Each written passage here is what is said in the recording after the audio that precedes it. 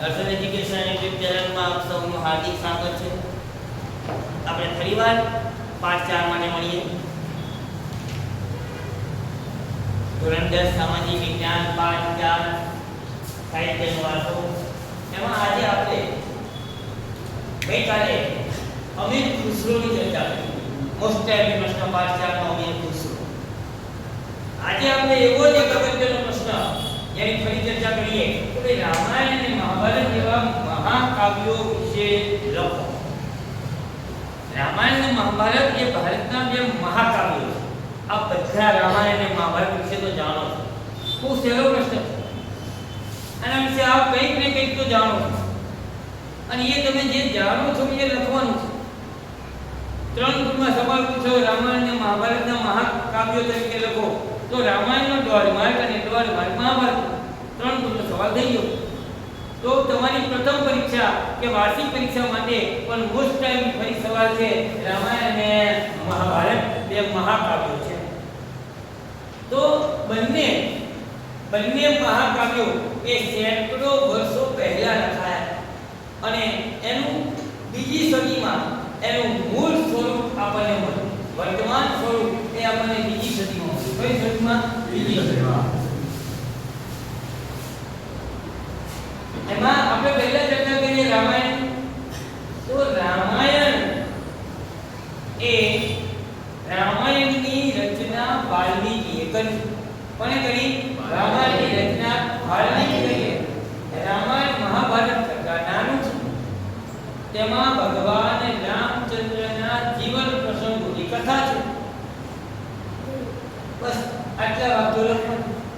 3 વાક્યો રામાયણની વાત આપો. બંને મહાકાવ્યો સેંકડો વર્ષો પહેલા લખ્યા. એનું બીજી સદીમાં વર્તમાન સ્વરૂપ મળ્યું. એમાં રામાયણ કોણે લખ્યું? વાલ્મીકી. અને મહાભારત કથા જેમાં ભગવાન રામચંદ્રના જીવન વિશેની કથા આપવામાં આવી છે. રામાયણ વાત 3 રીતે રામાયણ. હવે મહાભારત. તો મહાભારત જે છે એ વેદ વ્યાસ મુનિએ લખ્યું. કોણે લખ્યું? વેદ વ્યાસ મુનિએ. અને તે સૌથી મોટો કાવ્ય ગ્રંથ છે. ભારતનું સૌથી મોટું મહાકાવ્ય તો મહાભારત. સૌથી મોટો કાવ્ય ગ્રંથ તો મહાભારત. કોણે લખ્યું મહાભારત? વેદ વ્યાસ. કોણે લખ્યું? વેદ વ્યાસે સૌથી મોટું મહાભારત લખ્યું. 1 લાખ શ્લોકોમાં. કેટલા? 1 લાખ શ્લોકોમાં લખ્યું. મહાભારતમાં કૌરવો અને પાંડવોની કથા આપવામાં આવી છે. મહાભારતમાં કૌરવો અને પાંડવોની યુદ્ધની કથા આપવામાં આવી છે. મહાભારત નો જ એક ભાગ છે શ્રીમદ ભગવદ ગીતા. આપણી જે ગીતા છે હિન્દુ ધર્મની પવિત્ર પુસ્તક જેને માનવામાં ધાર્મિક પુસ્તક માનવામાં એ શ્રીમદ ભગવદ ગીતા એ મહાભારતનો એક ભાગ છે. અને જેમાં મોક્ષ પ્રાપ્તિના 3 માર્ગો જ્ઞાન, કર્મ અને ભક્તિ આપવામાં આવે છે. મોક્ષ પ્રાપ્તિના 3 માર્ગો જ્ઞાન, કર્મ અને ભક્તિ એ આની અંદર આપવામાં આવે છે. બહુ સહેલો સવાલ થઈ ગયો. પૂછાય તો આ સવાલ પરીક્ષામાં બધાને લખતા આવડતો હોવો જોઈએ. ફરી એકવાર બંને મહાકાવ્યો છે. વર્તમાન સ્વરૂપ બીજી સદીમાં મળ્યું. રામાયણની રચના કરી વાલ્મીકીએ. જે મહાભારત કરતા નાનું છે અને ભગવાન રામના જીવન પ્રસંગોની કથા એમાં આવી છે. મહાભારતની રચના વેદ વ્યાસ મુનિએ કરી. 1 લાખ શ્લોકોમાં કરી. તેમાં કૌરવ અને પાંડવોના યુદ્ધનો વર્ણન છે.